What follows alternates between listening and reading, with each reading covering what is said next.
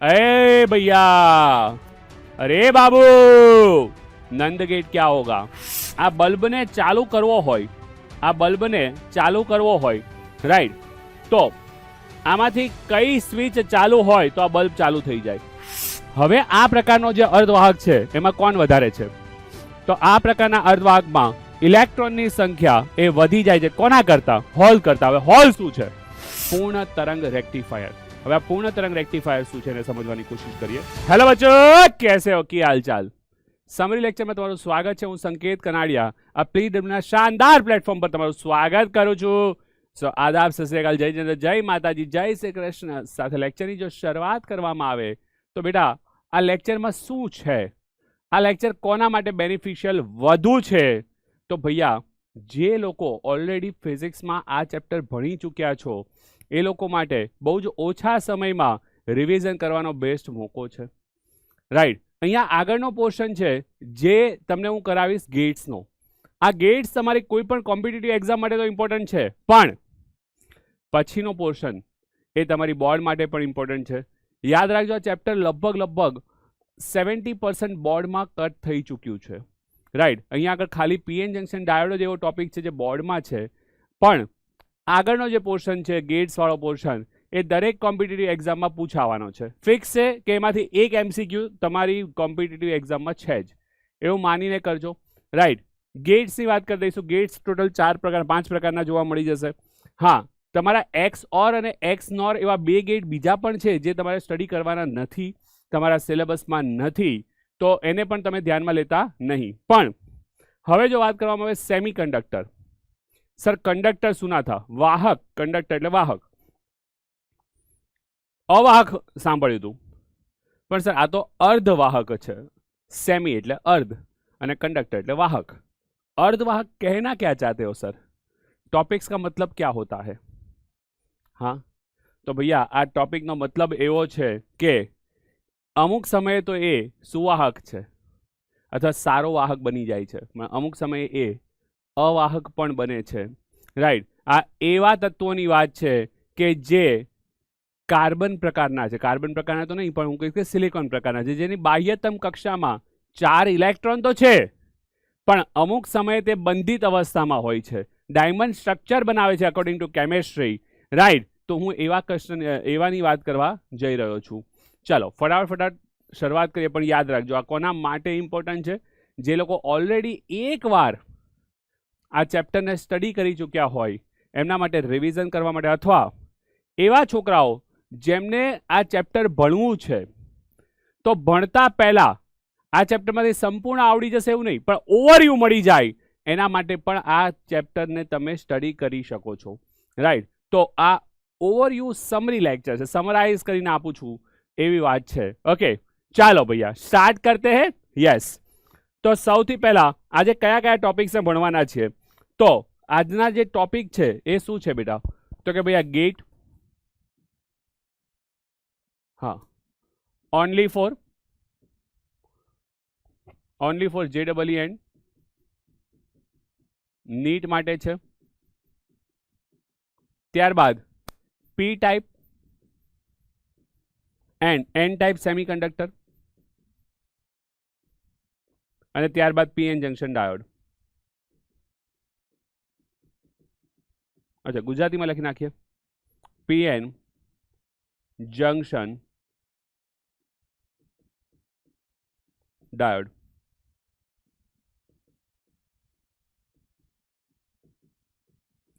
ડાયોડના બીજા પ્રકાર પણ સિલેબસ પરથી આઉટ થઈ ચૂક્યા છે. હવે સૌથી પહેલા વાત કરીએ લોજિક ગેટ્સની. તો લોજિક ગેટ શું છે? તો લોજિક ગેટ એવા પરિપથ છે જેનો આધાર માત્ર એક કરતાં વધુ ઇનપુટ હોવા છતાં માત્ર એક આઉટપુટ મળે એવા ગેટ્સને આપણે લોજિક ગેટ્સ તરીકે સમજી શકીએ. અને આ તર્કપૂર્ણ આધાર હોય છે, મતલબ તર્ક નથી એવું નથી, આમાં ઘણા બધા તર્ક હોય છે કે ભાઈ એટલા બધા ઇનપુટ છે તો એક આઉટપુટ કેવી રીતે મેળવવું. રાઈટ, એની વાત છે. ઇટ્સ લાઈક કે આપણે માની લો કે ફરવા જઈ રહ્યા છીએ અને ફરવા જતાં ઘણા બધાના ઓપિનિયન આવે, પણ આઉટપુટ ખાલી એક જ હોય, યસ ઓર નો, હા જવું છે અથવા નથી જવું. તો જ્યારે બધા ડિસ્કશન કરવા બેઠા છે તો ઇનપુટ ઘણા બધા હતા, પણ આઉટપુટ શું છે? એક જ મળે. Right, that is known as a logic gate. આ પેટર્નનું કંઈક થઈ રહ્યું છે. ગેટ્સના ઘણા બધા પ્રકાર છે. ઓર ઓપ્શનમાં હોઈ શકે, રાઈટ. એન્ડ કમ્પલસરીમાં હોઈ શકે. નોટ જે ડિસાઇડ થાય એનું વિરોધી થાય. એન્ડ અને ઓરને ભેગા કરો તો નેન્ડ બની જશે અને લાસ્ટમાં આવી જશે નોર ગેટ. તો આટલા ગેટ્સ છે, જોઈ લઈશું, રાઈટ. ઓકે, લોજિક ગેટ્સ રચના સેમિકન્ડક્ટર ડાયોડ અને ટ્રાન્ઝિસ્ટરનો ઉપયોગ કરીને કરવામાં આવે છે. સર, ટ્રાન્ઝિસ્ટર શું છે? જો તમે એન્જિનિયરિંગ કરવા જઈ રહ્યા છો તો આગળના ફ્યુચરમાં તમે આ ટ્રાન્ઝિસ્ટરને ભણશો. જૂના સિલેબસમાં, જૂની એનસીઈઆરટીમાં ટ્રાન્ઝિસ્ટર ટોપિક હતો, હવે નથી. સો આને બહુ ટ્રાન્ઝિસ્ટર શું છે એને તો ધ્યાનમાં ના લઈ શકાય, રાઈટ, કે કેવું હશે, શું હશે. પણ ડેફિનેટલી દરેક લોજિક ગેટની લાક્ષણિકતાને સંજ્ઞા દર્શાવવામાં આવે છે, એ પણ આપણે જોઈશું, રાઈટ. લોજિક ગેટ્સની પ્રક્રિયા કે જે ટેબલ દર્શાવવામાં આવે છે તે ટ્રુથ ટેબલ કહેવાય છે. કે ટ્રુથ ટેબલ એટલે શું? કે ઇનપુટ્સ આપ્યા હોય એક કરતાં વધુ અને એ બધા ઇનપુટ્સના અનુરૂપ આન્સર જે મળી જાય, આઉટપુટ, એને શું કહેવાય બેટા? ટ્રુથ ટેબલ કહે છે.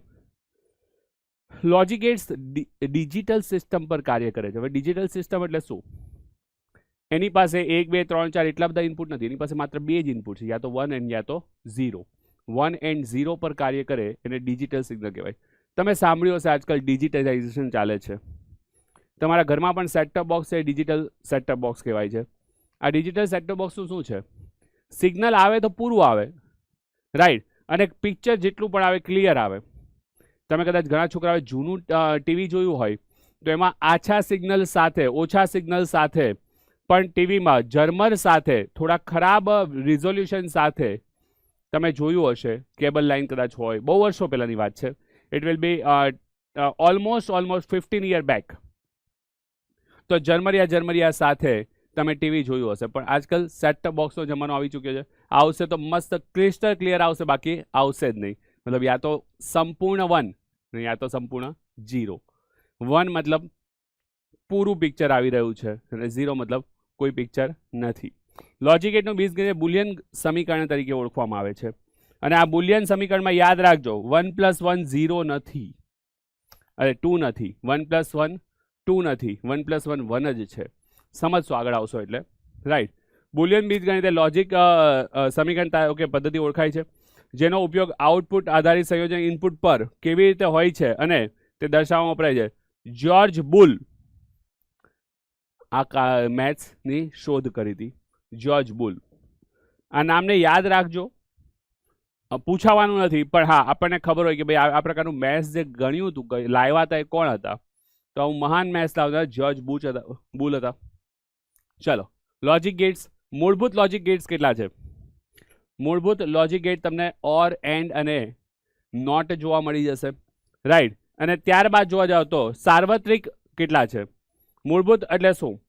કે આ જ્યારે 3 મૂળભૂત ગેટ્સ ને જુદા જુદા જોડાણથી મળતા સંયોજનથી મળતા લોજિક ગેટ્સ, નેન્ડ અને નોટ ગેટ્સને યુનિવર્સલ ગેટ પણ કહેવાય છે. તો મૂળભૂત ગેટ્સ કેટલા છે? 3. એમાંથી ભેગા મળીને કયા બનાવીએ છીએ આપણે? નેન્ડ અને નોર. એની સિવાય પણ ઘણી બધી પ્રક્રિયાઓ, ઘણી બધી વસ્તુઓ બનાવીએ છીએ, પણ મૂળભૂત આ છે. ઓકે, ચાલો હવે વાત કરીએ યુનિવર્સલ ગેટ શું છે. તો યુનિવર્સલ ગેટ એટલે એવા ગેટ કે જેમાંથી આપણે ફરી બધા જ પ્રકારના ગેટ બનાવી શકીએ. નેન્ડ ગેટ છે તો નેન્ડમાંથી નોર પણ બનાવી શકીએ, નેન્ડ છે તો નેન્ડમાંથી ઓર પણ બનાવી શકીએ, નેન્ડ છે તો એમાંથી નોટ પણ બનાવી શકીએ. તો બીજા ગેટ્સને આપણે બનાવી શકીએ છીએ એ ગેટ્સ એટલે યુનિવર્સલ ગેટ. અને એ કયા કયા છે બેટા? નેન્ડ અને નોર. ઓકે, નેન્ડ અથવા નોર ગેટ છે. હા, ગેટ અથવા ગેટ. ઓકે, ફરીથી ઉપયોગમાંથી બીજા ગેટ્સ મળે છે. તેથી કોઈ પણ ડિજિટલ પદ્ધતિમાં નેન્ડ અથવા નોટ ગેટથી મળવી શકાય છે. ચાલો હવે સૌથી પહેલા છે એક્સ ઓર ને એક્સ નોર ગેટ. મેં તમને કીધું સિલેબસમાં નથી, પણ છતાં આપણે એકવાર જોઈ લઈએ. તો એમાં શું છે? એક્સક્લુઝિવ ઓર અને એક્સક્લુઝિવ નોર ગેટ છે, રાઈટ. એની સંજ્ઞા પદ્ધતિ આપી છે, પણ એની પહેલા આપણે એકવાર માટે દરેક ગેટ્સને સમજી લઈએ. એકવાર માટે દરેક ગેટ્સને સમજી લઈએ. સૌથી પહેલા આપણે વાત કરીએ મૂળભૂત ગેટ્સ. એમાં છે ઓર ગેટ, એન્ડ ગેટ અને નોટ ગેટ. તો ઓર ગેટની સૌથી પહેલા વાત કરીએ. Or get, or get. જો આ ઓર ગેટની વાત કરવામાં આવે તો આ કેવો હોય એને સમજવા માટે એક વિદ્યુત પરિપથ સમજાવું છું તમને. ધારો કે આ એક વિદ્યુત પરિપથ છે. ધારો કે આ વિદ્યુત પરિપથ છે, અહીંયા બેટરી છે. હવે અહીંયા એક બલ્બ છે. આ બલ્બને ચાલુ કરવો હોય, રાઈટ, તો આમાંથી કઈ સ્વિચ ચાલુ હોય તો આ બલ્બ ચાલુ થઈ જાય. મતલબ જો અત્યારે કનેક્શન નથી, અને જો કનેક્શન નથી તો અહીંથી વિદ્યુત પ્રવાહનું વહન થશે કે નહીં થાય? નહીં થાય, ઓપન સર્કિટ છે. પણ બલ્બને ચાલુ કરવો છે એટલે કે ક્લોઝ સર્કિટ બનાવી છે, તો એના માટે યા તો આને ચાલુ કરી દઉં, યા તો આને કનેક્ટ કરી દઉં, યા તો બંનેને કનેક્ટ કરી દઉં, તો મારો બલ્બ ચાલુ થઈ જવાનો છે. તો આ જે લોજિક છે એ ઓર ગેટમાં લાગુ પડે છે. તો ઓર ગેટમાં થશે શું? જો અહીંયા અત્યારે બંનેમાં 0 છે, 0 એટલે સ્વિચ ઓપન છે, તો બલ્બ બંધ છે. સ્વિચ ઓપન હોવી, અને જો સ્વિચને ક્લોઝ કરી દઉં, ક્લોઝ એટલે કનેક્શન આપી દઉં. સાંભળજો, આપણે કેટલું ઊંધું બોલીએ છીએ. સ્વિચ ક્લોઝ હોવી, ક્લોઝ હોવી મતલબ ખરેખર ક્લોઝ હોવાનો મતલબ ઓન છે, રાઈટ. ખરેખર ક્લોઝ હોવાનો મતલબ શું થાય છે? અહીંયા આગળ ઓન થાય છે. અને સ્વિચ ઓન કરી દઉં એટલે કે ઇનપુટમાં હું 1 આપી દઉં, સ્વિચ ઓપન 0, સ્વિચ ક્લોઝ 1, તો મારો બલ્બ ચાલુ થઈ જાય છે. તો સાંભળો, ઇનપુટમાં શું હોય? બે ઇનપુટની પ્રોબેબિલિટી જુઓ. યા તો બંનેમાં શું હોય બેટા? ઓપન કન્ડિશન હોય. યા તો બેમાંથી એકમાં ઓપન કન્ડિશન એટલે આ બંને થાય, અને યા તો બંનેમાં ક્લોઝ કન્ડિશન હોય. તો આઉટપુટ શું મળે? જો બંને જ્યારે ઓપન છે ત્યારે તો મારી બલ્બ બંધ રહેવાનો છે, બટ જ્યારે બંનેમાંથી એકમાં કનેક્શન હોય તો मेरा बल्ब जगमगेगा, मेरा बल्ब बोलेगा मैं बुझ रहा हूं नहीं, मैं तो जल रहा हूं, एंड जल जल के सबको रोशनी दे रहा हूं.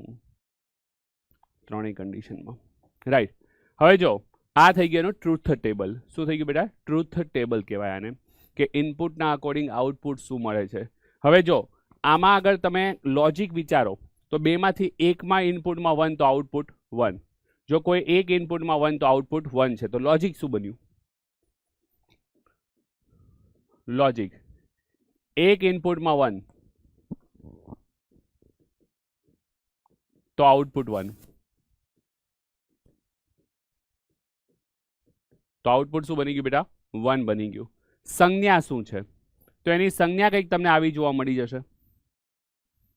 સંજ્ઞા કંઈક તમને આવી જોવા મળી જશે. બે ઇનપુટ એ અને બી, એનું આઉટપુટ. અને બુલિયન સમીકરણ શું છે? તો બુલિયન સમીકરણ equation y equal to a plus B. મેં તમને કીધું હતું ને, યાદ રાખજો, 1 + 1 અહીંયા આગળ 0 નથી, અરે સોરી 2 નથી. અહીંયા 1 + 1 શું છે બેટા? તો કે 1 + 1 2 ના હોતા, 1 + 1 1 છે. સમજાવો. a plus b, 1 + 1, it will become 1, not a 0. Okay, ચલો. હે ને? અને જો વાત કરવામાં આવે તો ઘણી બધી જગ્યાએ આ વસ્તુ યુઝ થઈ શકે છે. નેક્સ્ટ વાત કરીએ બેટા એન્ડ ગેટની. કોની વાત કરી લઈએ બેટા? And gate.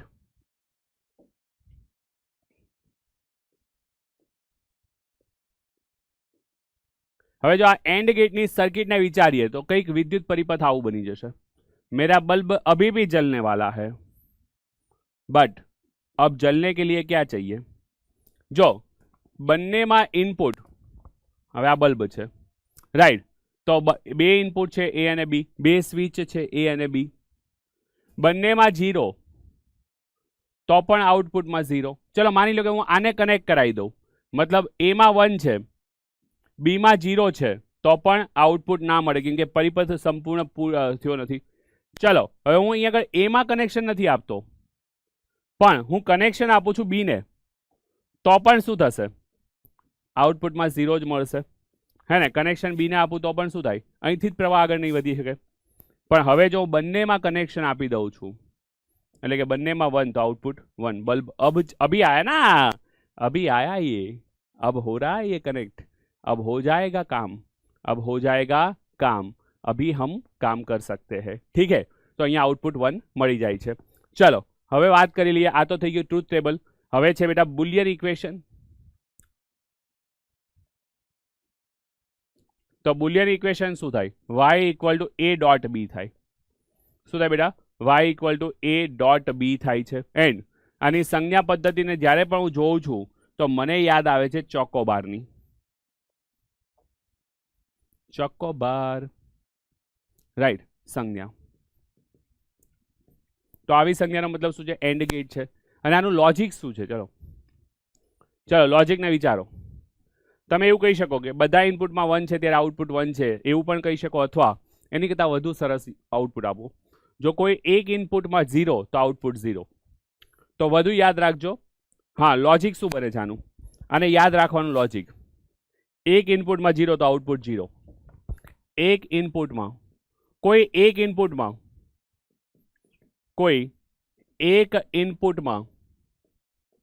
0 તો આઉટપુટ 0. કોઈ એક ઇનપુટમાં 0 તો આઉટપુટ 0. આ એનું લોજિક છે. ક્લિયર છે? ત્યારબાદ વાત કરીએ નેન્ડ ગેટ. વડીલ ગેટ છે, વડીલ ગેટ, હે ને? નોટ ગેટ લઈ લઈએ. આપણા ઘરના વડીલો જેવું કામ કરે છે. જ્યારે પણ સર્વસંમતિથી 1 આવે ને તો કહી દેશે નહીં 0. જે બધા લોકો ડિસાઈડ કરીને બેઠા હોય ને, ફૂફાજી જેવા છે, ફૂફાજી જેવા, જે બધા ડિસાઈડ કરીને બેઠા હોય ને, હે ને, એને ઓપોઝ કરી નાખે. ફૂફાજી જેવા છે. જૂના જમાનાના ફૂફાજી જેવા. નવા જમાનાના ફૂફાજી તો બિચારા કંઈ નહીં બોલી શકતા, પણ આ જૂના જમાનાના ફૂફાજી છે. તો આ જૂના જમાનાના ફૂફાજી શું કરતા હતા? તો કે ભૈયા કોઈ એક ઇનપુટમાં, કોઈ ઇનપુટ નહીં, જે ઇનપુટ આવે એનો વિરોધ કરે. કંઈ પણ સારું કામ કર્યું હોય, કંઈ પણ કામ કર્યું એનો વિરોધ કરે, એટલે આ ફૂફાજી. આની ફિગર વિચારીએ. વિદ્યુત પરિપથ કેવો બને છે? આ ફૂફાજી ગજબ છે, રાઈટ. હવે શું થાય? જો સમજો, આ બલ્બ ક્યારે જલશે એને વિચારીએ. તો અત્યારે અહીંયા કનેક્શન નથી, એક જ ઇનપુટ હશે, તો ઇનપુટમાં વિચારો, એ લખો તો ક્યાં તો 0 હશે ને યા તો 1 હશે.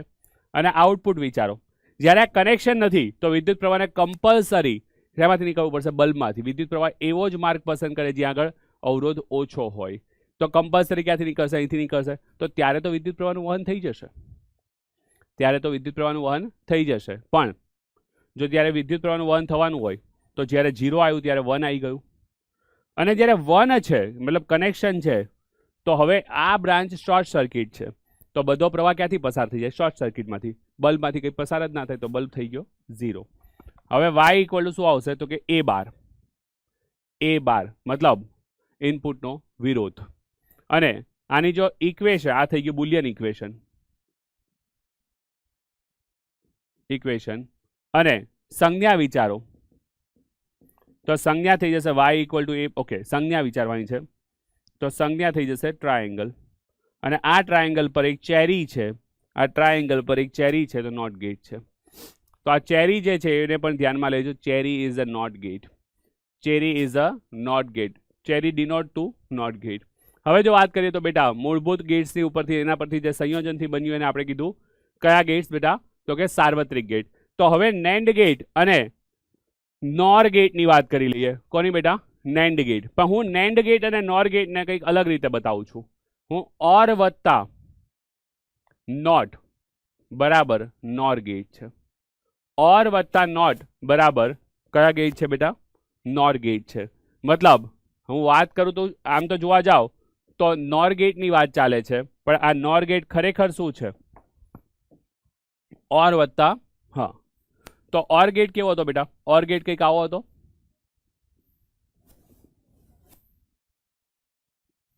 બે ઇનપુટ અને એના આઉટપુટમાં એક હું નોટ ગેટ જોડી દઉં. ઓર ગેટના આઉટપુટમાં શું જોડી દઉં? એક નોટ ગેટ જોડી દઉં. તો એને શું કહેવાય બેટા? તો કે નોર ગેટ. અને નોર ગેટની વાત કરીએ, ઇનપુટમાં a અને b છે. આઉટપુટમાં શું દેખાયું? તો અહીંયા તો આઉટપુટ દેખાય y equal to a plus b. અને જે અહીંયા આવ્યું, નોટ ગેટનું કામ શું છે?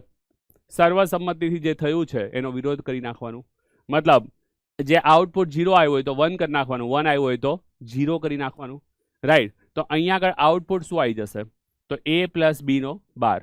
કે ઇનપુટ જે છે નોટ ગેટનું ઇનપુટ છે y1, રાઈટ. તો બુલિયન ઇક્વેશન શું થઈ ગયું?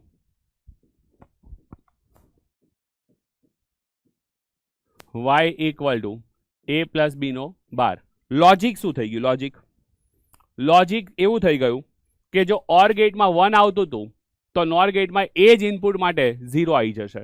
ઓર ગેટમાં 1 ક્યારે આવતું હતું? જ્યારે કોઈ એક ઇનપુટમાં જ્યારે કોઈ એક ઇનપુટમાં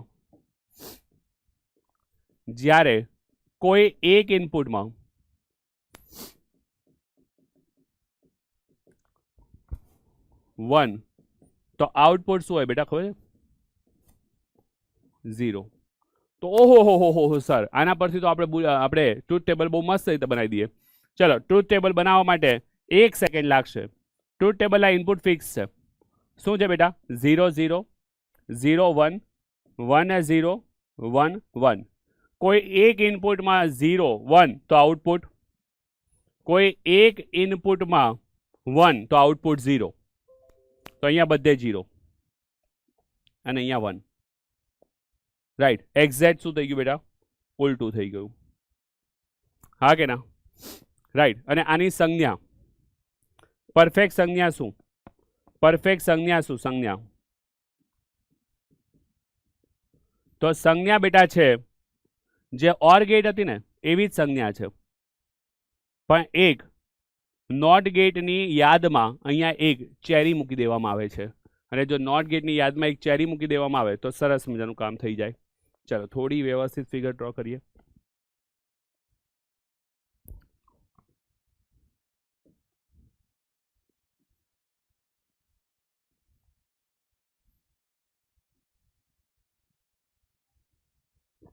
ચાલશે, રાઈટ.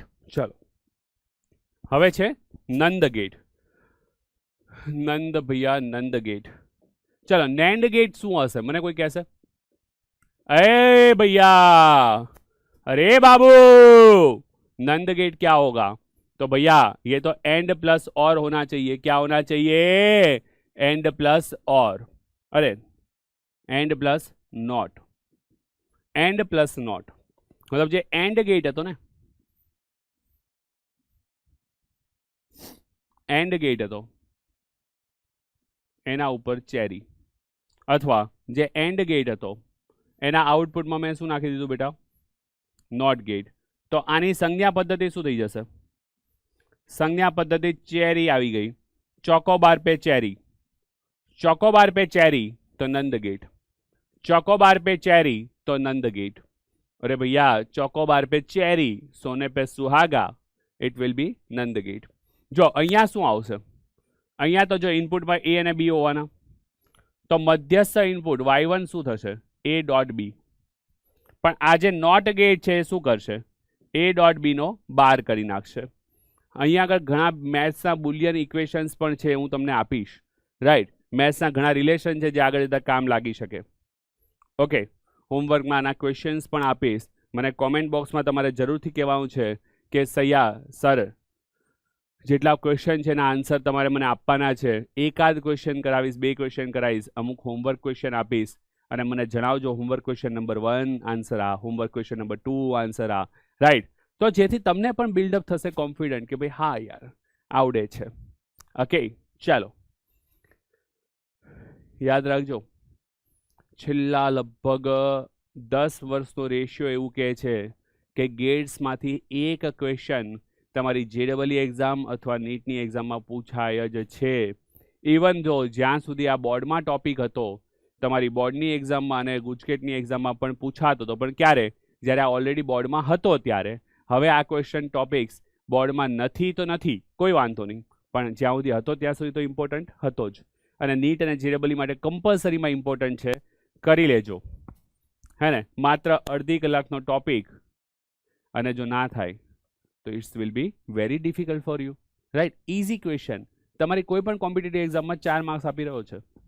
ઓકે, ચલો. બુલિયન સમીકરણ તમને મળી ચૂક્યું છે. બુલિયન ઇક્વેશન શું થયું બેટા? y equal to a dot b નો બાર. રાઈટ. સંજ્ઞા પણ તમે જાણી ચૂક્યા છો. સંજ્ઞા છે બેટા નેન્ડ ગેટની. અને હવે છે ટ્રુથ ટેબલ. તો ટ્રુથ ટેબલની વાત કરવામાં આવે તો a, b અને y બંને ઇનપુટમાં યા તો 0 0 1 1 0 અને 1 1. એક્ઝેક્ટલી જોવા જાઓ તો જે ઇનપુટ હતું એન્ડ ગેટનું જે આઉટપુટ હતું, શું હતું એન્ડ ગેટનું આઉટપુટ? એનો વિરોધ કરવાનો છે કે કોઈ પણ એક ઇનપુટમાં 0 તો આઉટપુટ 1 0 હતું. હવે એનો વિરોધ, કોઈ પણ એક ઇનપુટમાં 0 તો આઉટપુટ 1 થઈ જાય. તો પહેલા આવતું તો અહીંયા 0 0 0 1, હવે આવી જશે 1 1 1 0. કેમ એવું થયું બેટા? કે આ NAND ગેટ છે એ એન્ડ ગેટનો ઓપોઝિટ છે.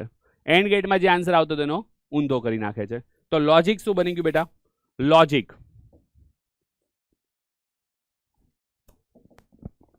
લોજિક જો કોઈ એક ઇનપુટમાં 0 તો આઉટપુટ 1. રાઈટ. હવે છે બેટા NAND ગેટ અને NAND ગેટ અને NOR ગેટ શું ખરેખર નોટ ગેટ તરીકે કાર્ય કરે ખરા? હા, યાદ રાખજો. હું બે ફિગર બનાવી રહ્યો છું. અહીંયા બે ઇનપુટ છે A અને B, પણ બંનેને મેં શોર્ટ કરી દીધા છે. તો બંનેને શોર્ટ કરી અને હું નોટ ગેટ બનાવું તો શોર્ટિંગનો મતલબ શું છે? બંને ઇનપુટ સમાન છે. શોર્ટનો મતલબ શું છે? બંને ઇનપુટ સમાન છે. તો આ શું થઈ ગયું બેટા? NOR gate as a not gate. કેમ સમજાવો? હવે ઇનપુટ ખાલી એક જ છે, Y અને A અને Y. ઓકે, A અને B ના ઇનપુટ સેમ છે, 0 છે યા તો 1 છે. હવે આપણે OR ગેટમાં જઈએ તો OR ગેટમાં તમે અહીંયાથી જોશો કે જ્યારે બંને 0 ત્યારે 1 અને બંને 1 ત્યારે 0. તો 0 ત્યારે 1, 1 ત્યારે 0, હે ને? તો આ શું થઈ ગયું? 1 અને 0. તો આ તો શું થઈ ગયું? અરે આ તો નોટ ગેટ છે જેવો છે. Oh yes. અને the last one NAND gate as a not gate. Right. તો એનો મતલબ શું છે? જ્યારે બે માંથી એક ઇનપુટમાં પણ શોર્ટ કરવાના છે. અગેન આપણે શોર્ટ કરી દઈએ. રાઈટ. તો ચલો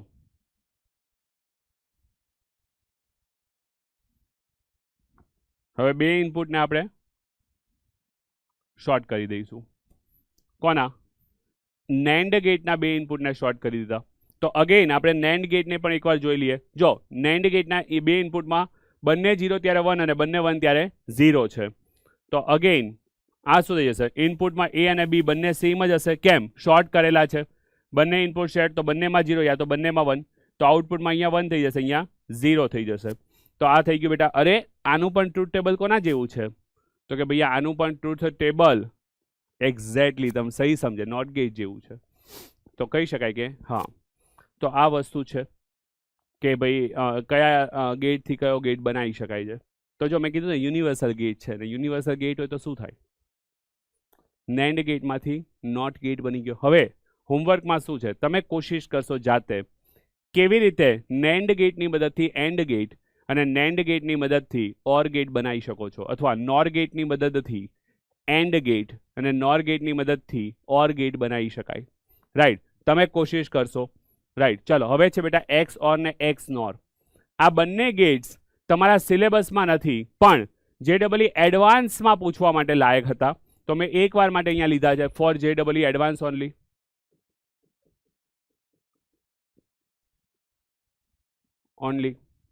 રાઈટ. અને આમાં એક વસ્તુનું લોજિક છે. આમાં એક વસ્તુ યાદ રાખવાની છે કે સૌથી પહેલા છે XOR, અને XORમાં બંને સમાન તો 0, બંને ઇનપુટ સમાન તો 0, અને બંને ઇનપુટ સમાન તો 0. XOR માટે યાદ રાખજો કે XOR નું ગેટ આઉટપુટ ત્યારે જ મળે જ્યારે એક અને માત્ર એક જ ઇનપુટ 1 હોય. ના, એની બદલે આવું લખો, બંને સમાન,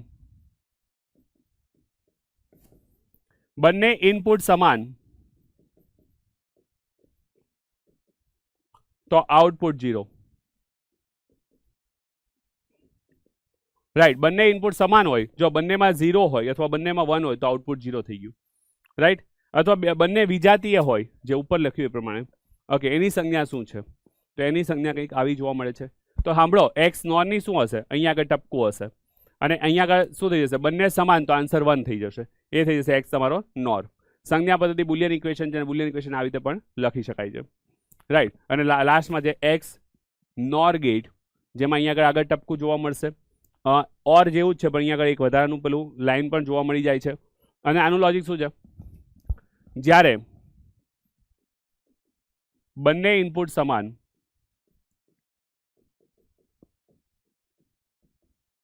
ત્યારે આઉટપુટ 1. ક્લિયર છે? હા કે ના? યસ. ચલો હવે બેટા જોઈ લઈએ બુલિયન ઇક્વેશન છે તો એના બીજગણિત છે, તો એના બીજગણિતના સૂત્રો કયા કયા છે, રાઈટ, અને કઈ રીતે લખી શકાય છે. જો a ડોટ બી બરાબર બી ડોટ એ લખી શકાય, a પ્લસ બી બરાબર બી પ્લસ એ લખી શકાય, રાઈટ. તો આ થઈ ગયો ક્રમનો નિયમ.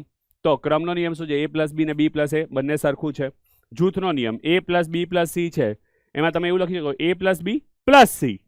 પહેલા આ બંનેનો સરવાળો કરો, એટલે આ બંને સરવાળો કરો તો પણ ચાલે. અને a dot b dot c છે, તો આને એવી રીતે પણ લખી શકાય કે પહેલા આ બંને ડોટ કરો પછી બીજા ડોટ કરો તો પણ ચાલે. વિભાજનનો નિયમ a dot b plus c છે, તો એ બી પ્લસ એસી પણ લખાય. ઓકે, બીજા અમુક લોજિક્સ છે. આ કેટલાક ઉપયોગી સંબંધ છે જે તમારે યાદ રાખવાના છે કે a પ્લસ એ બી હોય. a પ્લસ શું હોય બેટા? એ બી.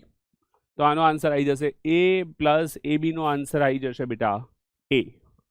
કેવી રીતે આવશે એને લોજિકલી સીન સમજીએ. તો અહીંયાથી એક કોમન કાઢો તો 1 પ્લસ બી પ્લસ એટલે ઓર ગેટ. ઓર ગેટમાં એક ઇનપુટ 1 આવ્યો તો આઉટપુટ શું થઈ ગયું? 1. તો આનું આઉટપુટ 1. હવે 1 ડોટ એ, હવે એ પર ડિપેન્ડ કરે. એ 0 હશે તો આઉટપુટ 0 અને એ 1 હશે તો આઉટપુટ 1. તો આ લોજિક છે. એ રીતે એ ડોટ, આને કોમન કાઢીને અહીંયા લખ્યું જો, રાઈટ. અલગ અલગ ઇક્વેશન છે, યાદ રાખજો, ક્યારેક કામ લાગી શકે, રાઈટ. અને the Morgan theorem, the Morgan વાંચું તો મોગલી સમજાઈ ગયું. ધ મોગલી થિયરમ પ્રથમ જે a પ્લસ બી નો બાર હોય તો a બાર ડોટ બી બાર, અને a ડોટ બી નો બાર હોય તો a બાર પ્લસ બી બાર. આ તમારા સંબંધ છે. આની સિવાય પણ સંબંધો છે, રાઈટ. યાદ રાખજો, a પ્લસ 1 બરાબર 1, એ કોઈ ઇનપુટ છે. a ડોટ 1 બરાબર a ડોટ 0 બરાબર 0, a પ્લસ 0 બરાબર a. આ સંબંધ પણ યાદ રાખવાના છે. આ બધા સંબંધ તમારા માટે ઇમ્પોર્ટન્ટ થવા જઈ રહ્યા છે, રાઈટ. તો આટલા સંબંધો જો તમારે યાદ હશે, તમારા ગેટ્સ ઇઝી થઈ જશે. હવે તમે એના અમુક દાખલાઓ છે જેને તમારે શું કરવાના છે? તૈયાર કરવાના છે. કોના બરાબર સર્કિટ છે? તો આ કયો ગેટ છે? તો આ ગેટ તો બેટા નોર છે. અને આ કયો ગેટ છે? સર દેખો તો એવું લાગે છે કે આ તો યસ નેન્ડ ગેટ છે, પણ આ નેન્ડ નથી. બે ઇનપુટ શોર્ટ છે, તો બે ઇનપુટ શોર્ટ વાળો નેન્ડ ગેટ. ઇનપુટ શોર્ટ, તો આ થઈ ગયું નોટ ગેટ. હવે સાંભળજો, અહીંયા a પ્લસ બી નો બાર આવશે. કેમ? નોર ગેટ છે તો a પ્લસ બી નો બાર આવશે, હે ને. અહીંયાથી એક બીજું સંબંધ લખવો રહી ગયો. a બાર નો બાર, એ બાર નો બાર શું આવી જાય? એ આવી જાય. એ બાર નો બાર શું થઈ જાય બેટા? એ આવી જાય. તો અહીંયા પણ લોજિકલી વિચારો, તો અહીંયા શું થશે? જે ઇનપુટ આવ્યો છે એનો બાર થઈ જાય, તો a પ્લસ બી ના બાર નો બાર. હવે બાર નો બાર તો શું કહેવાય? a પ્લસ બી જ કહેવાશે. તો આ કયો ગેટ છે? અરે આ તો ઓર ગેટ છે. તો અહીંયા ઓર ગેટ જેવું કામ કરશે. ચલો, હોમવર્ક ક્વેશ્ચન આપતા પહેલા તમને નવા ક્વેશ્ચન્સ કરાવતા પહેલા આ એકવાર નવી થિયરી જોઈ લઈએ. એની પહેલા એકવાર હોમવર્ક ક્વેશ્ચન લખી નાખું છું. હોમવર્ક ક્વેશ્ચન 1 આપી રહ્યો છું, રાઈટ. જેમાં તમારે મને કહેવાનું છે કે આ કયો ગેટ છે? કયો ગેટ છે? ગેટ જણાવો. ચલો, આ કયા ગેટ જેવું વર્ક કરે છે? આ કયા ગેટ જેવું વર્ક કરે છે? તમે મને જણાવવાનું છે કે આ કયા ગેટ જેવું વર્ક કરે છે? a bar plus b bar, a bar plus b bar, a dot b dot bar. Yes, કયા ગેટ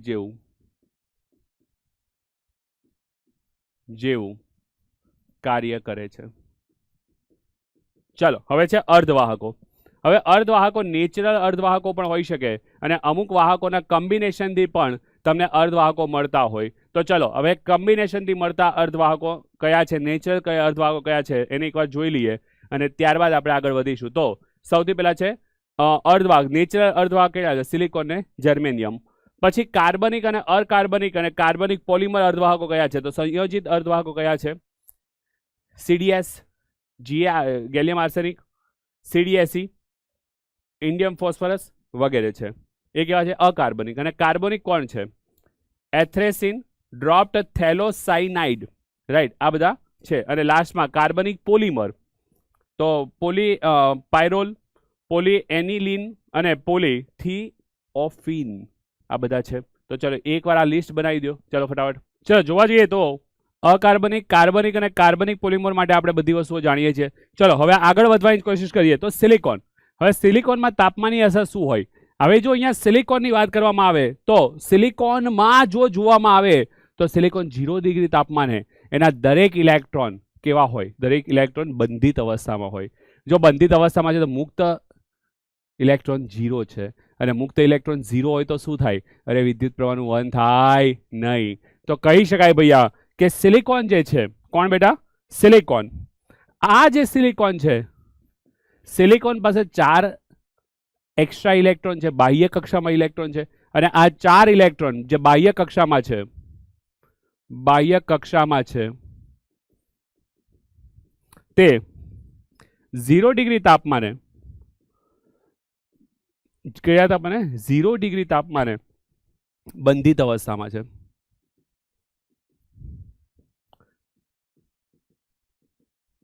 અને આ 0 ડિગ્રી તાપમાને જો બંધિત અવસ્થામાં છે તો કહી શકાય ભાઈ કે અહીંયા મુક્ત ઇલેક્ટ્રોન 0 અને મુક્ત ઇલેક્ટ્રોન બરાબર 0, મુક્ત ઇલેક્ટ્રોન બરાબર 0. તો પ્રવાહ શું થઈ જાય? શૂન્ય મળે. કોઈ પ્રવાહ મળે નહીં. કેમ? મુક્ત ઇલેક્ટ્રોનની ગતિને આપણે વિદ્યુત પ્રવાહ કહીશું. વિદ્યુત પ્રવાહ વહન માટે સૌથી ઇમ્પોર્ટન્ટ વસ્તુ છે મુક્ત ઇલેક્ટ્રોન હોવા. શું આની પાસે મુક્ત ઇલેક્ટ્રોન છે? અરે નહીં હે ભૈયા, નહીં હે તો કુછ નહીં હોગા. પણ હવે તાપમાન વધે તો શું થાય? તાપમાન વધે તો બંધ તૂટે. બીજી વસ્તુ, 0 ડિગ્રી તાપમાને તમે જોવા જાઓ તો વેલેન્સ બેન્ડ એ સંપૂર્ણ ભરેલો હશે, જ્યારે કન્ડક્શન બેન્ડ સંપૂર્ણ ખાલી હશે. વેલેન્સ બેન્ડ પૂર્ણ રીતે ભરેલો હશે, કન્ડક્શન બેન્ડ સંપૂર્ણ ખાલી હશે. હવે જો વધુમાં વિચારવામાં આવે તો આ કન્ડિશન છે. ઓકે, વિદ્યુત પ્રવાહ વહન થતું નથી. પણ હવે આમાં જો ડોપિંગ કરવામાં આવે તો ડોપિંગ. તો વોટ ઇઝ ધ ડોપિંગ? ડોપિંગના પ્રકાર શું છે? પહેલા ડોપિંગ શું છે? શુદ્ધ સિલિકોન જે ડાયમંડ સ્ટ્રક્ચર ધરાવે છે તેમાં અમુક વસ્તુનો ડોપ કરવામાં આવે. મતલબ એમાં શું ઉમેરવામાં આવે? પેન્ટાવેલેન્ટ ઇમ્પ્યોરિટી અથવા ટ્રાયવેલેન્ટ ઇમ્પ્યોરિટી ઉમેરવામાં આવે. તમારો ક્વેશ્ચન થાય પેન્ટાવેલેન્ટ એટલે શું? જેની બાહ્ય કક્ષામાં 4 નહીં બલકે 5 ઇલેક્ટ્રોન હોય. જેની બાહ્ય કક્ષામાં 4 નહીં બલકે 5 ઇલેક્ટ્રોન હોય એવાને ઉમેરવામાં આવે તો એને શું કહી શકાય બેટા? પેન્ટાવેલેન્ટ ઇમ્પ્યોરિટી ઉમેરી. અને ટ્રાયવેલેન્ટ ઇમ્પ્યોરિટી, હવે ટ્રાયવેલેન્ટ ઇમ્પ્યોરિટી શું? એલ્યુમિનિયમ, ઇન્ડિયમ જેવું, કે જેની બાહ્ય કક્ષામાં 3 ઇલેક્ટ્રોન છે. હવે એ 3 ઇલેક્ટ્રોન રિપ્લેસ થશે. એક મિનિટ, સિલિકોન પાસે 4 ઇલેક્ટ્રોન હતા, 3 ઇલેક્ટ્રોન રિપ્લેસ થાય તો 1 ઇલેક્ટ્રોનની જગ્યા ખાલી પડી જાય, તો એ ખાલી જગ્યાને હોલ કહેવાય. પેન્ટાવેલેન્ટ ઇમ્પ્યોરિટી છે, એની પાસે 5 ઇલેક્ટ્રોન છે, તો 1 ઇલેક્ટ્રોન બંધની દ્રષ્ટિએ વધી જાય છે, તો એ પેન્ટાવેલેન્ટ ઇમ્પ્યોરિટી છે. તો ચલો પ્રકાર કયા કયા છે પેન્ટાવેલેન્ટ ઇમ્પ્યોરિટી? આર્સેનિક, એન્ટીમરી અને phosphorus, right. Indium, boron and aluminium. Arsenic, antimony and phosphorus. Indium, boron and બીયા aluminium, right. Boron, aluminium and indium એ ટ્રાયવેલેન્ટ, જ્યારે પેન્ટાવેલેન્ટ છે આર્સેનિક, એન્ટીમની એન્ડ બિસ્મથ. તો ફોસ્ફરસ, સોરી. તો આવી impurity ઉમેરો તો શું થાય? એન પ્રકારના અર્ધવાહક બને. એન પ્રકારના અર્ધવાહકનો મતલબ શું? જો તમે પેન્ટાવેલેન્ટ ઇમ્પ્યોરિટી ઉમેરી છે તો શું થાય? ભાઈ સિલિકોનના 4 ઇલેક્ટ્રોન છે, એ 4 ઇલેક્ટ્રોન તો બંધથી જોડાઈ ગયા. જર્મેનિયમ છે, અહીંયા આગળ જર્મેનિયમ લઈ લઈએ કે સિલિકોન લેવાય, બંને લેવાય, રાઈટ. સિલિકોન અને જર્મેનિયમ બંને શું છે? બંને ટેટ્રાવેલેન્ટ, એટલે કે બાહ્ય કક્ષામાં 4 ઇલેક્ટ્રોન હોય એવા છે. એને રિપ્લેસ કર્યું આપણે ફોસ્ફરસથી.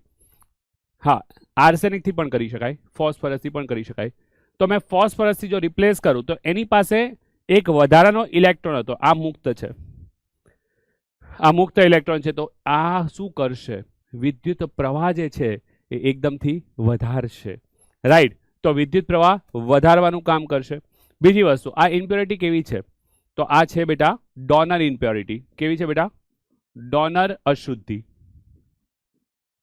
હવે આ પ્રકારનો જે અર્ધવાહક છે એમાં કોણ વધારે છે? તો આ પ્રકારના અર્ધવાહકમાં ઇલેક્ટ્રોનની સંખ્યા એ વધી જાય છે. કોના કરતા? હોલ કરતા. હવે હોલ શું છે? જ્યારે ક્યારેક કોઈ બંધ તૂટે છે તો એક જગ્યા ખાલી પડે છે, અને આ જગ્યાનું કામ શું છે? ઇલેક્ટ્રોનને કહે છે તું આવ આવ આવ આવ આવ. મતલબ કે એ ધન વિદ્યુતભાર જેવું કામ કરે છે, પણ ત્યાં ધન વિદ્યુતભાર નથી. ધન વિદ્યુતભાર શું કરે? ઋણ વિદ્યુતભારના ઇલેક્ટ્રોન એટલે કે ઇલેક્ટ્રોનને આકર્ષે. પણ જ્યારે બંધ તૂટે છે ત્યારે શું થાય છે? એક જગ્યા ખાલી પડે છે. આ જગ્યા ખાલી પડે છે શું છે? હોલ છે. અને હોલનું કામ શું છે? ઇલેક્ટ્રોનને કહે છે કે આવું આવું આવું, મેં આવું આવું આવું. બટ ત્યાં ધન વિદ્યુતભાર નથી, ધન વિદ્યુતભાર જેવું છે, રાઈટ. પણ અહીંયા તો વધારે કોણ છે? ઇલેક્ટ્રોન છે. તો એની ઇઝ ગ્રેટર દેન કોણ છે અહીંયા આગળ? NH. પણ જ્યારે હું પી ટાઈપના સેમિકન્ડક્ટરની વાત કરું છું તો અહીંયા આગળ આપણે એલ્યુમિનિયમને નાખી દીધો. આ એલ્યુમિનિયમનું કામ શું છે? એલ્યુમિનિયમ આવ્યું તો ટેટ્રાવેલેન્ટ છે કે ટ્રાયવેલેન્ટ છે? ટ્રાયવેલેન્ટ છે. કોને રિપ્લેસ કર્યું? જર્મેનિયમથી રિપ્લેસ કર્યું. જર્મેનિયમની પાસે કેટલા ઇલેક્ટ્રોન છે? 4 બાહ્ય કક્ષામાં છે. તો એ 4 બંધ બનાવે છે, પણ એલ્યુમિનિયમ બિચારો 3 જ બંધ બનાવી શકે છે. તો એ શું કરશે? એક ઇલેક્ટ્રોનની જગ્યા ખાલી છોડી દેશે. અને એ જે એક ઇલેક્ટ્રોનની જગ્યા ખાલી છોડી દે છે એ શું કરે છે બેટા? ઇલેક્ટ્રોનને કહે છે તું આવજા આજા મેં હું પ્યાર તેરા. એવું કહે છે. શું કહે છે? आजा आजा मैं हूं प्यार तेरा, बट मैं पॉजिटिव चार्ज नहीं हूं. इलेक्ट्रॉन ने कह छे खरो कि आजा आजा मैं हूं प्यार तेरा, बट वो पॉजिटिव चार्ज नहीं है. અને જો એ પોઝિટિવ ચાર્જ ના હોય છતાં પોઝિટિવ જેવું ચાર્જ જેવું કામ કરે છે એટલે એને કહેવાય છે પી ટાઈપ સેમિકન્ડક્ટર. શું કહેવાય છે બેટા? પી ટાઈપ સેમિકન્ડક્ટર. તો અહીંયા શું થાય છે બેટા? ટ્રાયવેલેન્ટ અશુદ્ધિ ઉમેરવામાં આવે છે. ટ્રાયવેલેન્ટ ઇમ્પ્યોરિટી. શું કહેવાય બેટા? ટ્રાયવેલેન્ટ ઇમ્પ્યોરિટી. વેલેન્સ ઇલેક્ટ્રોન 3 હોય. ટેટ્રાવેલેન્ટ, સોરી, ટેટ્રાવેલેન્ટ, હા, ટ્રાયવેલેન્ટ.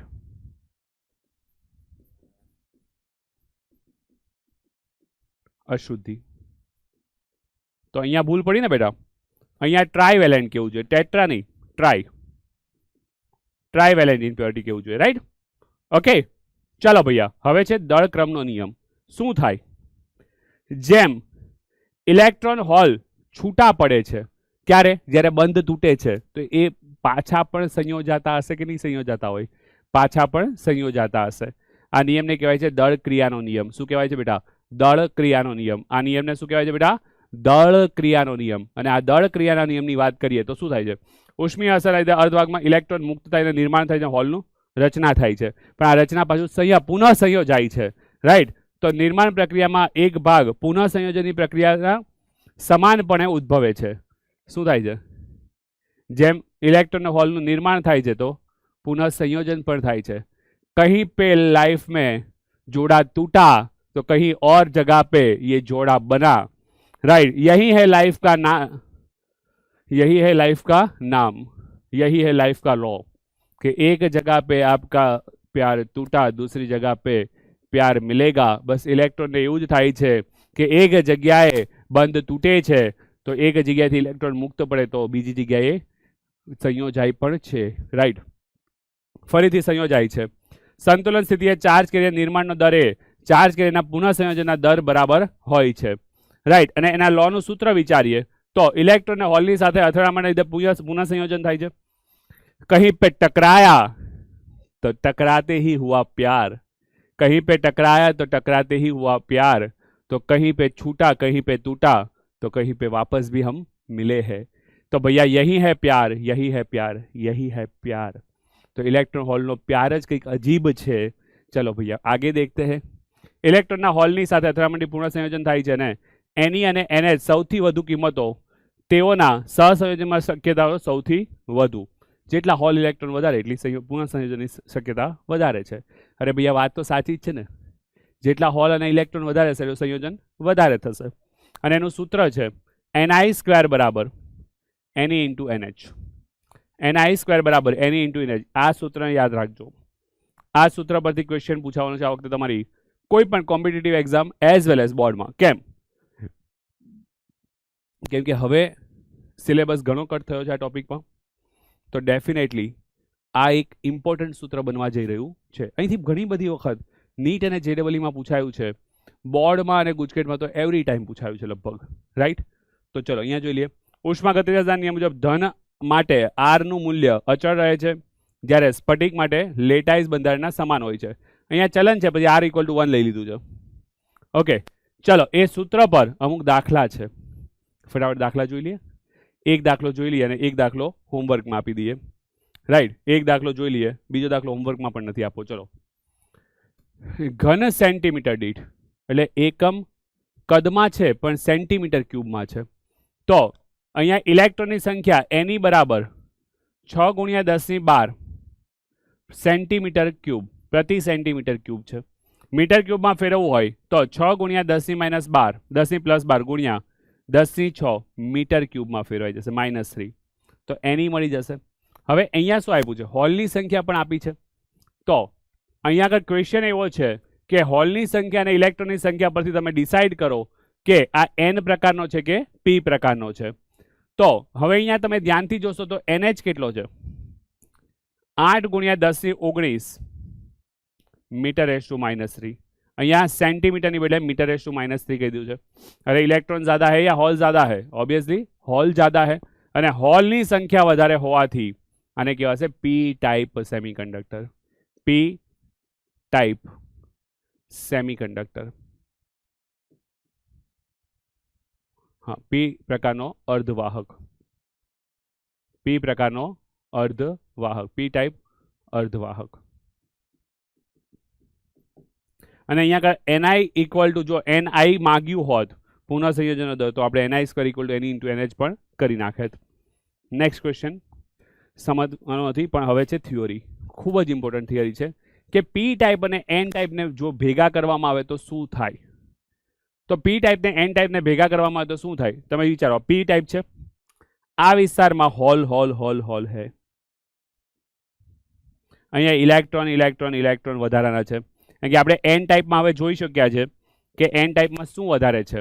તો N ટાઈપમાં વધારાના ઇલેક્ટ્રોન છે. N ટાઈપમાં શું છે બેટા? વધારાના ઇલેક્ટ્રોન છે. આ વધારાના ઇલેક્ટ્રોન આ P ટાઈપના હોલ સાથે સંયોજાય તો શું થાય? ઇલેક્ટ્રોન કૂદી કૂદીને જાય છે ક્યાં? તો કે P ટાઈપ અર્ધવાહકમાં.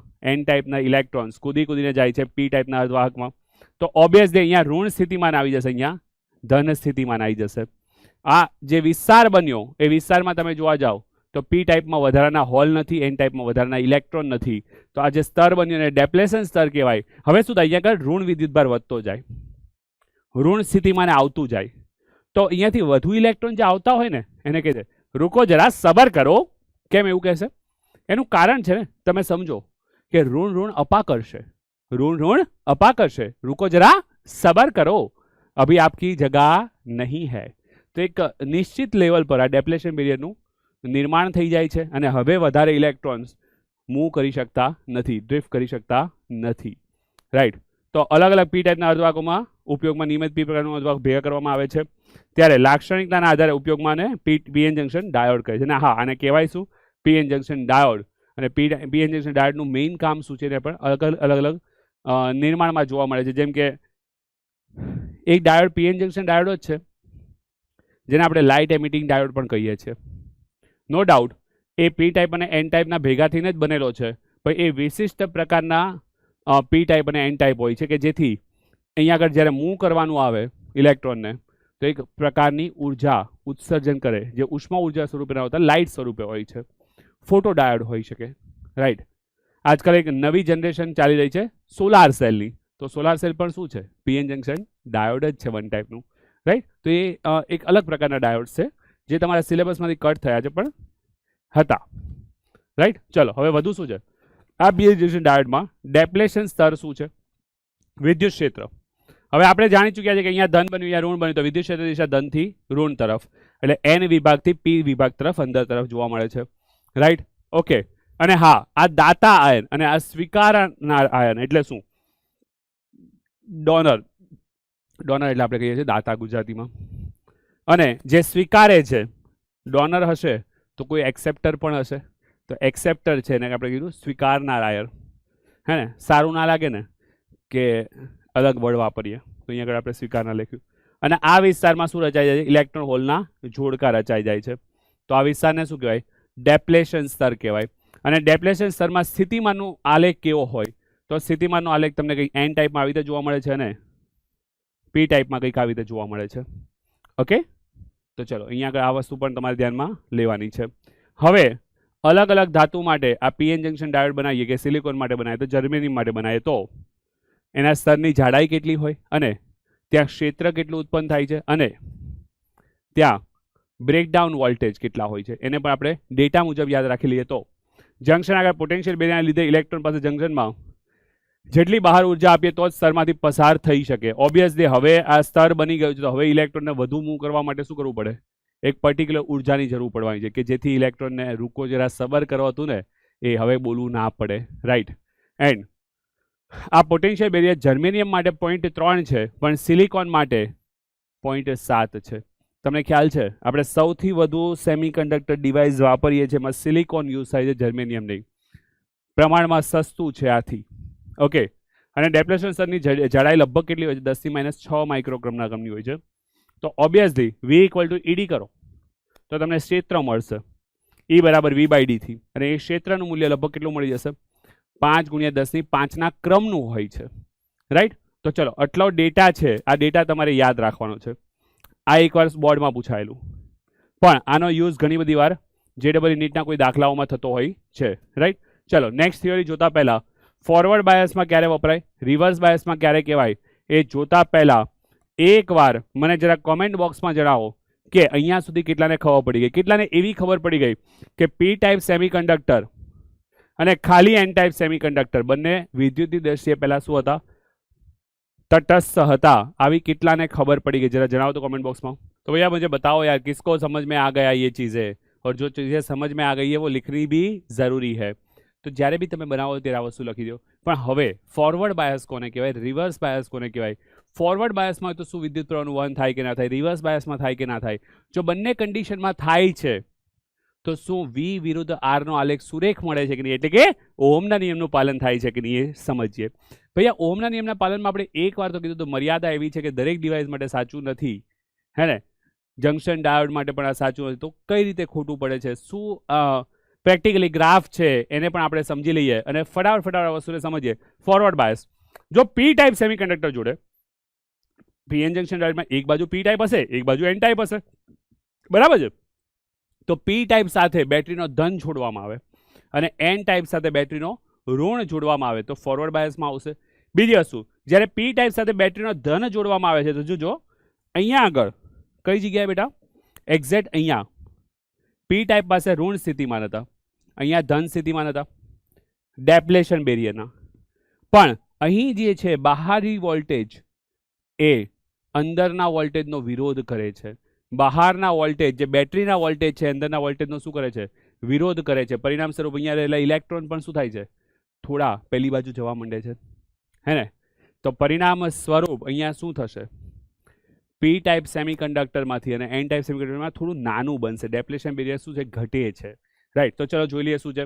જો આપણે V વોલ્ટેજના લાગુ પાડી પી ધન અને એન ઋણ સ્થિતિમાન ઋણ બને છે, લાગુ પાડેલા વોલ્ટેજ જંક્શન સ્થિતિમાનનો વિરોધ કરે છે. શું કરે છે? લાગુ પાડેલા વોલ્ટેજ જંક્શનનો વિરોધ કરે છે. આના લીધે અસરકારક બેરિયર ઘટે છે અને જંક્શનની પહોળાઈ ઘટે છે. પરિણામ સ્વરૂપ પેલું છે વચ્ચે વચ્ચે 2, 3, 4 વોલ્ટનું 0.3 વોલ્ટ 0.7 વોલ્ટનું જે બેરિયર હતું એ પણ ઘટે છે. રાઈટ. તેથી વધુ વિદ્યુતભાર વાહક કેરિયર જંક્શનમાંથી પસાર થવા દેશે અને એનો અર્થ એ થાય છે કે સૈદ્ધાંતિક રીતે વધારે વિદ્યુતભાર વાહકને લીધે વહન કરી શકે છે. અને આને ફોરવર્ડ બાયસ કહેવાય છે. ફોરવર્ડ બાયસમાં મિલી એમ્પિયરના ક્રમનો વિદ્યુત પ્રવાહ મળે છે. રાઈટ. અને એની જો વાત કરવામાં આવે તો ફોરવર્ડ બાયસના બીજી કન્ડિશન જોઈ લઈએ, અમુક પોઈન્ટ છે જોઈ લઈએ કે પીએન જંક્શન ડાયોડ છે તો નાનો પ્રતિકાર છે એટલે અવરોધ નાનો હશે. શું હશે બેટા? અવરોધ નાનો હશે. બીજી વાત, ફોરવર્ડ બાયસમાં શું છે? વિદ્યુત પ્રવાહનું વહન થાય છે. જો આદર્શ પીએન જંકશન ડાયોડ હોય, કોણ હોય બેટા? આદર્શ પીએન જંકશન ડાયોડ, તો અવરોધને શૂન્ય માનવામાં આવે છે.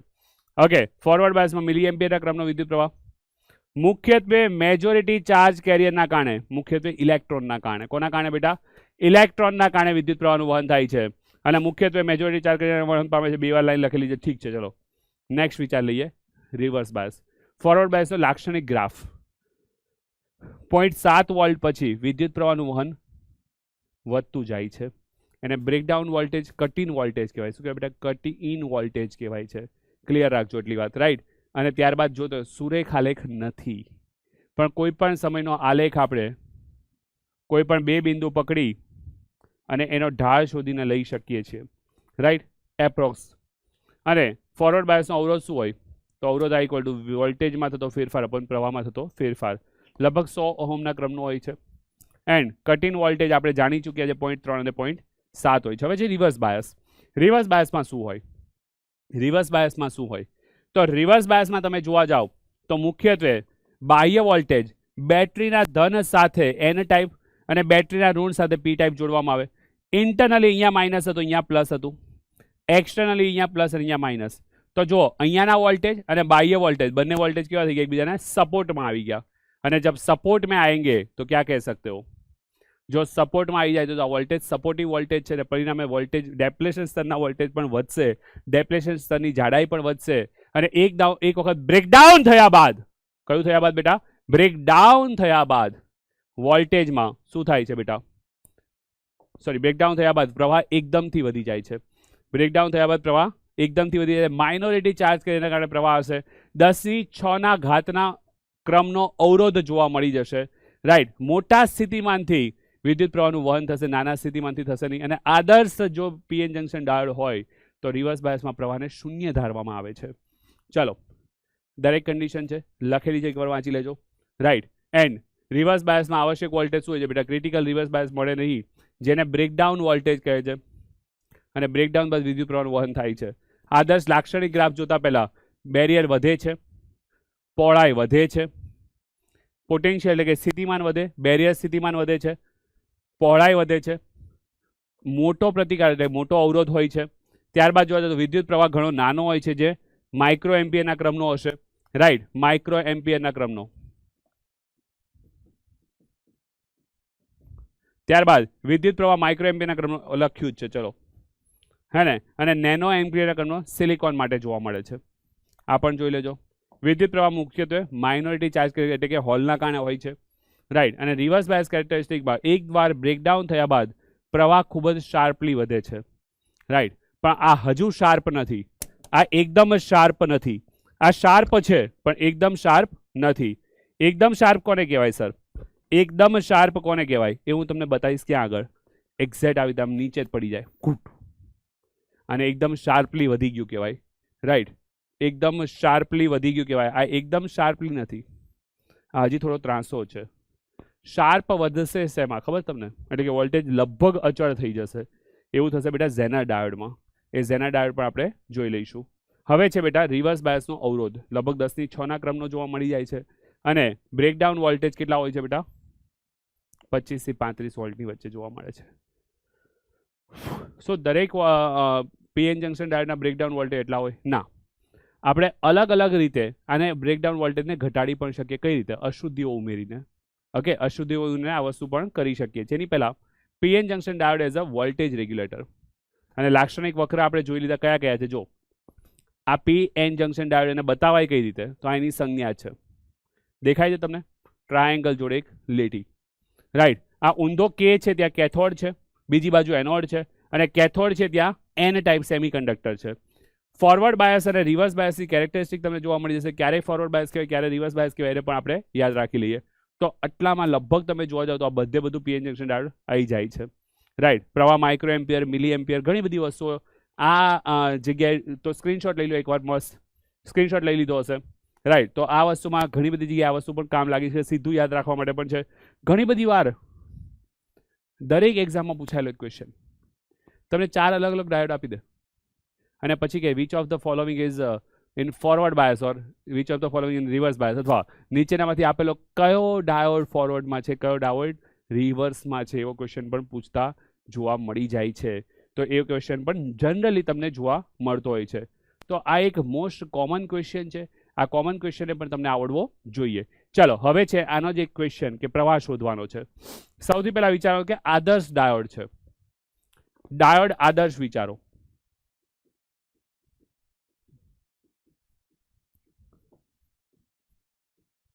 સૌથી પહેલા તમારે જોવું પડે ફોરવર્ડ બાયસ છે કે રિવર્સ બાયસ છે. ફોરવર્ડ બાયસમાં ડાયોડનો અવરોધ આપણે શું લઈશું? લગભગ 0 લઈશું. અને રિવર્સ બાયસમાં ડાયોડનો અવરોધ આપણે અનંત લઈએ છીએ. હવે જો આ બેટરીના ધન છે, હા, ધન જોડે પ્લસ, પણ તમે ધ્યાનથી જુઓ તો આ કેથોડ છે ને અહીંયા આગળ n પ્રકારનો અર્ધવાહક હોય. તો આ થઈ ગયું બેટા રિવર્સ બાયસમાં. કયું થઈ ગયું બેટા? રિવર્સ બાયસમાં. અને રિવર્સ બાયસમાં વિદ્યુત પ્રવાહનું વહન થતું નથી એવું જ સ્વીકારીએ છીએ. તો હવે નવી ફિગર શું બને છે જોજો.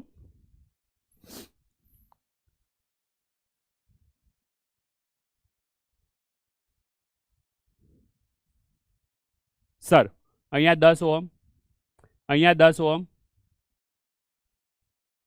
અને અહીંયા 20 વોલ્ટ, હે ને? તો હવે પ્રવાહ માટે શું કરવાનું? પ્રવાહ I equal to V by R. પ્રવાહ I ઇક્વલ ટુ શું થઈ જશે બેટા? V by R. V કેટલો છે? 20 વોલ્ટ અને R 10 વત્તા 10 એટલે કે 20 ઇક્વલ ટુ 1 એમ્પિયર. તો પ્રવાહ છે 1 એમ્પિયરનો. તો તમે આ રીતે પણ પ્રવાહને શોધવાનું કામ કરી શકો છો. ચલો નેક્સ્ટ વાત કરી લઈએ બેટા, જંક્શન ડાયોડ એઝ અ રેક્ટિફાયર. અહીંથી તમે જોવા જાઓ તો તમારી કોમ્પિટિટિવ એક્ઝામ કરતાં તમારી બોર્ડ માટે ઇમ્પોર્ટન્ટ ટોપિક બની જાય છે કે ફૂલ વેવ રેક્ટિફાયર અને half wave rectifier. Full wave rectifier અને હાફ વેવ રેક્ટિફાયર, રાઈટ? તો જંક્શન ડાયોડનો રેક્ટિફાયર તરીકે ઉપયોગ એટલે શું? સૌથી પહેલા એ રાઈટ કે જંક્શન ડાયોડનો રેક્ટિફાયર તરીકે ઉપયોગ. તો જે પીએન જંક્શન ડાયોડ છે એ ફોરવર્ડ બાયસમાં તો વિદ્યુત પ્રવાહનું વહન થવા દે છે, પણ રિવર્સ બાયસમાં થવા દેતું નથી. અને રેક્ટિફાઈ કરવું એટલે શું? તમારે એસીની ડીસીમાં કન્વર્ટ કરવું છે, રાઈટ? અત્યાર સુધી આપણે જોયું છે કે એસી પ્રવાહ મેળવવો ઇઝી છે. તો જો એસી પ્રવાહ મેળવવો ઇઝી હોય અને ડીસી પ્રવાહ યુઝ કરવો હોય તો શું કરાય? મોબાઈલનું ચાર્જિંગ કરવું છે તો એસી પ્રવાહ ના ચાલે, ડીસી પ્રવાહની જરૂર પડે. તો આપણે એને કમ્પલસરી શું કરવું પડે? એસી ટુ ડીસી કન્વર્ટ કરવું પડે. તો કન્વર્ટ કરવા શું જરૂર પડે એની વાત છે. ક્લિયર છે? તો જોઈએ. ઇનપુટ સિગ્નલમાં પ્રથમ અર્ધ તરંગ, ઓકે. હવે જોવા જાવ તો કઈ રીતે હોય, ફિગર સમજી લઈએ. અહીંયાથી ધારો કે એસી ઇનપુટ છે, રાઈટ? અને આને આપણે શું બનાવી દીધું? આ હવે કરી દીધું મેં ડાયોડ બનાવી દીધો. આ આઉટપુટ મેળવવા માટેની જગ્યા બનાવી દીધી. તો આ લોડ રેઝિસ્ટન્સ RL અને અહીંયાથી મળશે આપણને આઉટપુટ, રાઈટ? તો હવે તમે જોવા જાઓ તો અહીંયા S1 અને S2 બનાવી દઈએ. તો સ્ટાર્ટિંગમાં ધારો કે ધન સાયકલ આવે છે, પ્રથમ અર્ધ ધન સાયકલ આવે. એસી છે, એસીમાં માનો કે ધન સાયકલ આવે છે, તો ધન આવશે તો આ પોઝિટિવ બનશે, આ નેગેટિવ બનશે. ડાયોડ ફોરવર્ડ બાયસમાં આવશે, વિદ્યુત પ્રવાહનું વહન થઈ શકશે. પણ સેકન્ડ શું આવે છે? સેકન્ડ ઋણ સાયકલ આવશે. ડાયોડ શેમાં બનશે?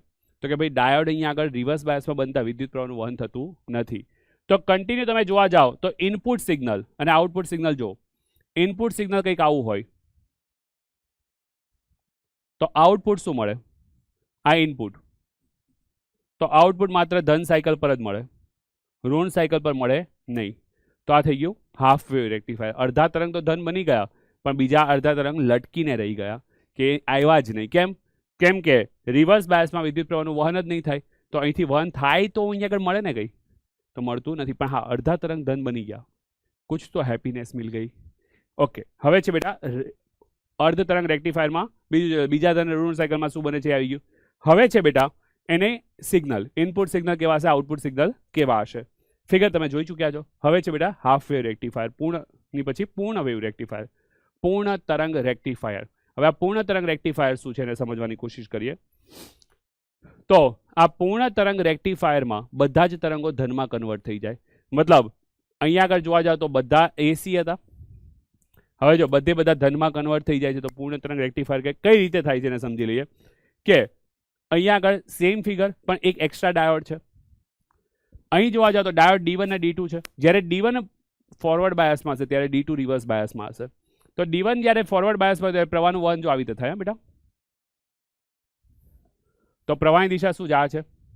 D2 જ્યારે ફોરવર્ડ બાયસમાં હશે, કોણ બેટા D2, ત્યારે પ્રવાહની દિશા વિચારીએ. પહેલા તો આવી હતી. બીજા કેસમાં પણ ત્યારે પ્રવાહ અહીંથી પસાર થઈને આમ પસાર થતા, અગેન શું થયું, પ્રવાહની દિશા સેમ જ રહી. તો બંને કેસમાં પ્રવાહની દિશાઓ કેવી રહી, સેમ રહી. તો બંને સેમ દિશા, તો બંને પોઝિટિવ થઈ ગયા. એક નીચે હોય ને એક ઉપર હોય તો શું થઈ જાય, બંને ધન ઋણ થઈ જાય. પણ બંને હવે કેવા થઈ ગયા, ધન થઈ જાય છે. તો આવી રીતે પૂર્ણ તરંગ રેક્ટિફાયર થઈ જાય. હવે આની આગળ જો ફિલ્ટર સર્કિટ લગાવી દઉં ને, તો આ પલ્સ ડીસી છે. પલ્સ ડીસી એટલે બધા ધન તો છે, પછી આમાં પણ પલ્સ છે. પલ્સ એટલે ઉપર નીચે વધઘટ થાય છે.